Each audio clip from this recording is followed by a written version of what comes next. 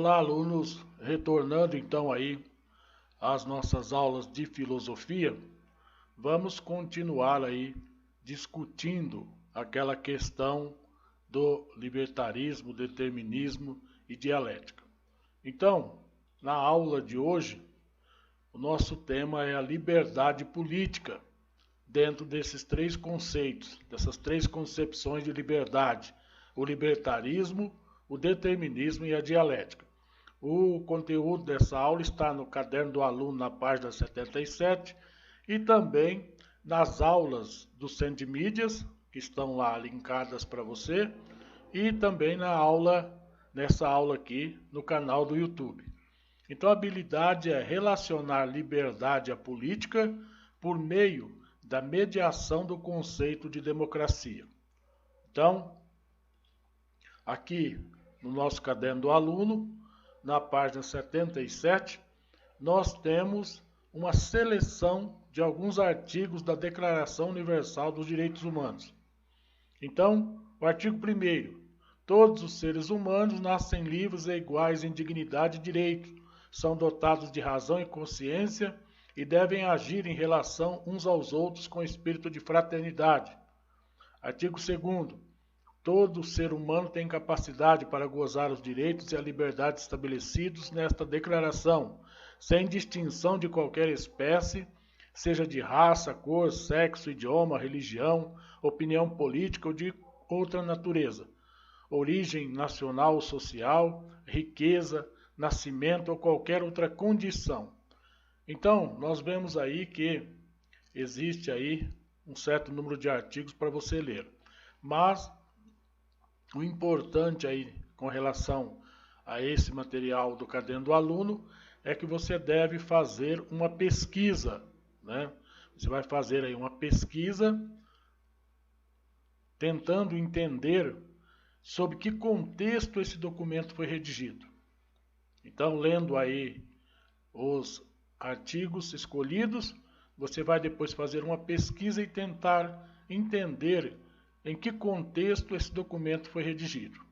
E eu quero aqui, na aula de hoje, fazer com você a leitura compartilhada desse texto aqui, né? A introdução à concepção dialética de Marx.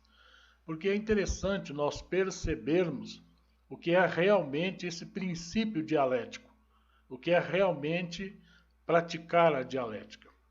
Então, conceber o homem dialeticamente implica entender que a relação dele com a história, com a sociedade, com a natureza, com os outros homens, enfim, com a realidade que o cerca, é também contraditória e de mútua determinação.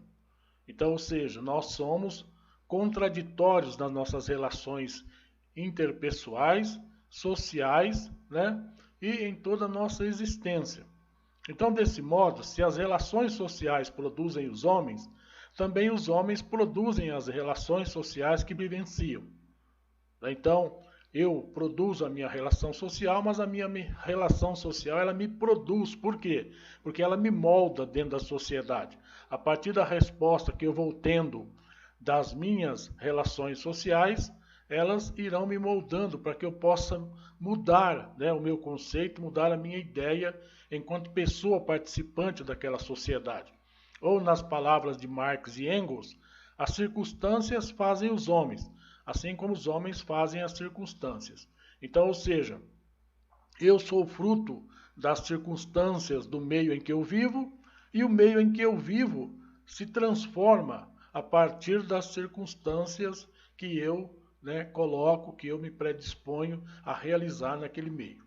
Assim, do ponto de vista da dialética, o homem tem papel ativo na determinação das circunstâncias em que vive.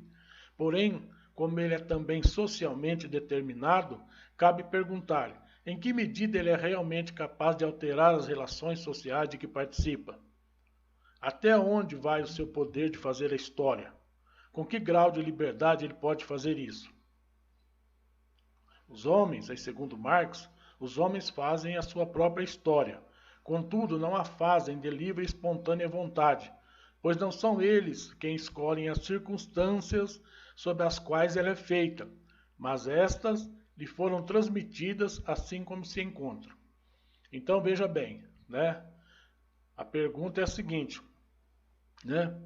Em que medida ele é realmente capaz de alterar as relações sociais que participa?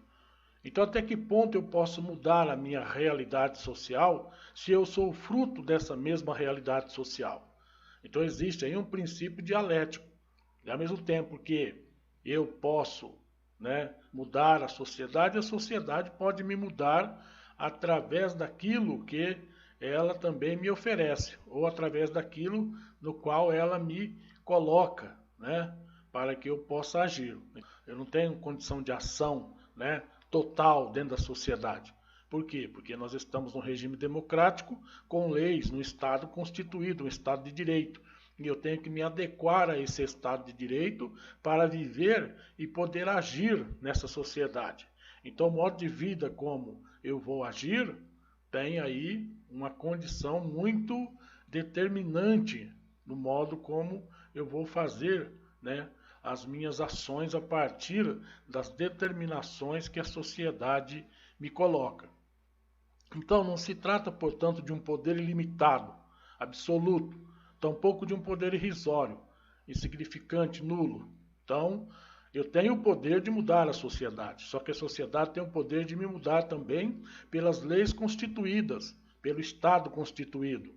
Só que, ao mesmo tempo, eu tenho um poder em mim mesmo de mudar todo esse contexto através da democracia, através da participação democrática, da eleição dos representantes, né, daqueles que vão realmente produzir as leis. Então, a democracia, nesse momento, ela atua como um fator de liberdade para mim, para que eu possa exercer, né, essa parte da liberdade que me cabe, ao mesmo tempo que o outro possa ter a parte de liberdade que lhe cabe. Ou seja, o outro pode me mudar através das suas ações no meio, como eu também posso mudar o outro através das minhas ações no meio.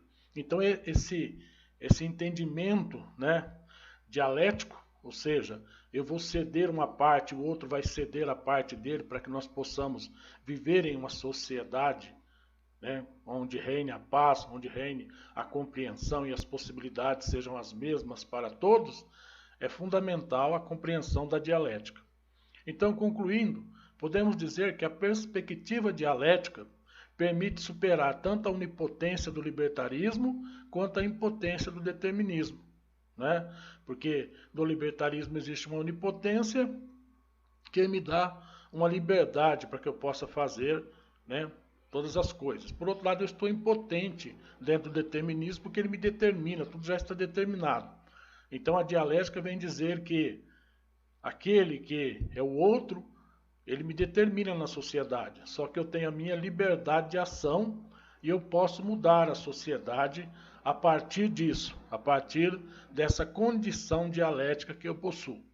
Então assim ela coloca sobre nossos ombros a exata medida de responsabilidade que nos cabe na construção do nosso destino. Então essa é a nossa concepção dialética, ou seja, a minha realidade dialética vai até onde eu posso construir o meu destino sem inferir na construção do destino do outro, né?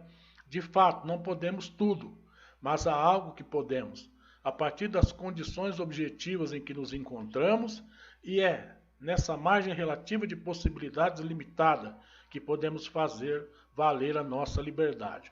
Então, ou seja, nós estamos limitados pelo Estado, pelas leis, pela sociedade civil, mas ao mesmo tempo nós dispomos de uma liberdade que nos possibilita, através da democracia, mudar toda essa realidade do conjunto, do grupo, daquela sociedade na qual nós estamos inseridos e que tem o poder de nos transformar, e nós temos também o poder de transformar essa mesma sociedade.